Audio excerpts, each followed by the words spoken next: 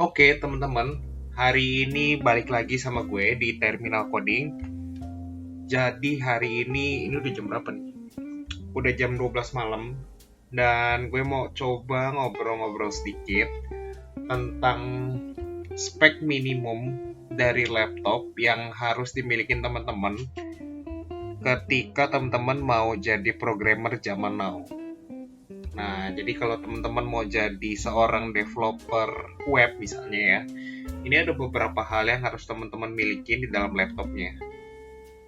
Oke, kita lanjut ya. Nah, ada beberapa hal yang gue coba highlight yang menurut gue pribadi ini menjadi hal yang sangat penting.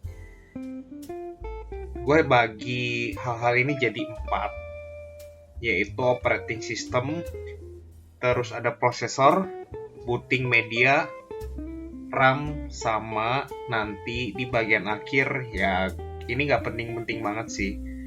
Tapi ini biasanya udah jadi syarat minimal yang udah harus ada di mungkin di berbagai macam laptop lah ya.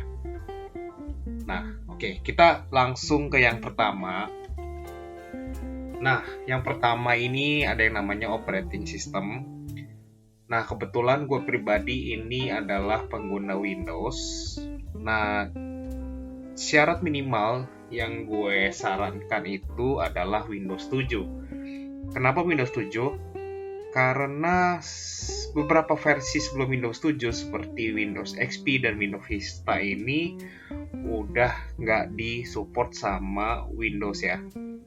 Jadi gue prefer untuk minimal Windows 7. Nah, untuk yang Windows 8 dan Windows 10 ini gue juga rekomendasikan karena ini Windows yang lebih baru. Jadi menurut gue masa supportnya dari dua Windows ini 8 dan 10 ini akan lebih lama daripada Windows 7 ya. Tapi kalau kalian mau pakai Windows 7 untuk sekarang-sekarang ini it's okay juga sih. Nah, untuk yang Windows 11 karena Windows ini agak baru, jadi ada beberapa developer juga yang pernah ngomong bahwa ini Windows-nya belum stabil gitu. Jadi untuk saat-saat ini sih menurut gue kalian maksimal mungkin pakai Windows 10 dulu. Karena menurut gue ini yang Windows yang lebih baru dan masa supportnya juga akan lebih lama gitu. Dan beberapa aplikasi pendukung untuk mendevelop aplikasi kalian juga banyak yang membutuhkan minimal requirement Windows 7 ke atas gitu ya. Nah, lanjut ke prosesor. Prosesor ini menurut gue ada minimum requirement-nya di i3 karena memang beberapa aplikasi sekarang ini membutuhkan prosesor yang lebih cepat ya. Apalagi untuk prosesor yang i5 ke atas itu mendukung juga multi-threading karena ada beberapa aplikasi yang menggunakan beberapa sintaks yang mendukung paralelism ya gitu. Jadi dia bisa jalan secara paralel dan itu butuh beberapa prosesor multi-threading gitu ya. Nah, menurut gue yang paling recommended adalah i5. Nah, jadi kalau kalian punya i5 itu bagus dan menurut gue kalau kalian punya i7 itu akan jauh lebih bagus gitu ya. Nah, gitu aja dari prosesor, lanjut ke booting media. Nah, ini menurut pengalaman gue pribadi, yang awalnya laptop gue ini menggunakan HDD ya. Memang lumayan bagus, tapi untuk menjalankan beberapa aplikasi pendukung itu akan kurang lincah gitu ya. Akan kurang lincah dibandingkan kalau kita menggunakan SSD. Nah, kenapa SSD? Karena SSD itu dia menggunakan teknologi digital ya. Jadi dia akan menggunakan teknologi digital. Kalau HDD itu dia menggunakan piringan cakram, jadi dia akan secara perputarannya akan lebih lambat daripada SSD gitu. Lanjut ke RAM. Nah, untuk RAM ini menurut gue pribadi syarat minimum yang harus kalian punyai adalah 8 GB. Nah, kenapa 8 GB? Menurut gue untuk mendevelop aplikasi sekarang ini akan menggunakan banyak aplikasi pendukung, di mana saat mendevelop aplikasi ini kalian harus membuka beberapa aplikasi pendukung lainnya secara bersamaan.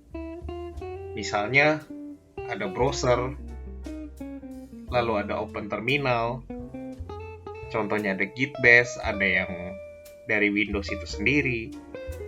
Lalu kalian harus develop aplikasi melalui IDE, misalnya VS Code, Breakit, dan lain-lain. Lalu ada juga Database Manager, jadi kalian harus melakukan query di saat bersamaan ketika kalian mau ngecek data-data dari aplikasi yang kalian buat. Lalu ada versioning apps seperti Bitbucket atau SourceTree untuk mengatur versi dari aplikasi kalian ini. Lalu yang terakhir juga ada yang namanya Virtual Local App Server ya. Nah, ini digunakan untuk mensimulasikan server teman-teman di lokal laptop teman-teman. Nah, semua aplikasi ini akan membutuhkan banyak sekali memori RAM gitu. Jadi menurut gue sangat penting sekali untuk mempunyai RAM yang besar.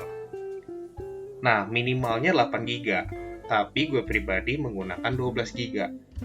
Itu pun kadang-kadang masih ada beberapa aplikasi yang not responding.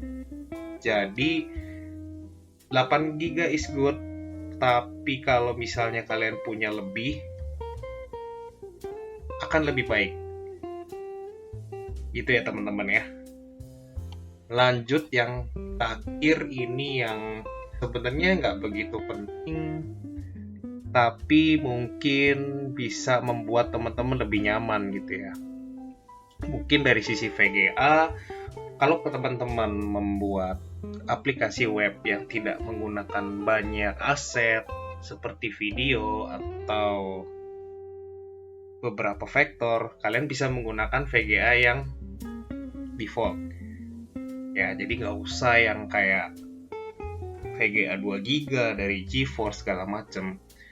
Menurut gue itu nggak terlalu penting gitu. Lalu untuk ukuran layar sendiri menurut gue lebih nyaman kalau kalian menggunakan laptop dengan ukuran minimal 14 inch, karena dengan banyaknya jendela yang harus kalian buka ketika menggunakan apps pendukung, itu akan sangat lebih nyaman kalau kalian menggunakan layar yang lebih luas. Lalu teknologi USB ini juga sebenarnya nggak terlalu penting, cuman mungkin teman-teman akan membutuhkan media penyimpanan seperti SSD atau HDD, yang dimana sekarang ini banyak menggunakan USB Type-C. Jadi menurut gue lebih penting kalau misalnya teman-teman bisa menggunakan teknologi terkini.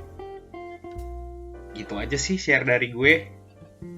Terima kasih udah ngikutin video gue dari awal. Jangan lupa like dan subscribe Terminal Coding untuk ada update dari video-video gue selanjutnya. Bye-bye.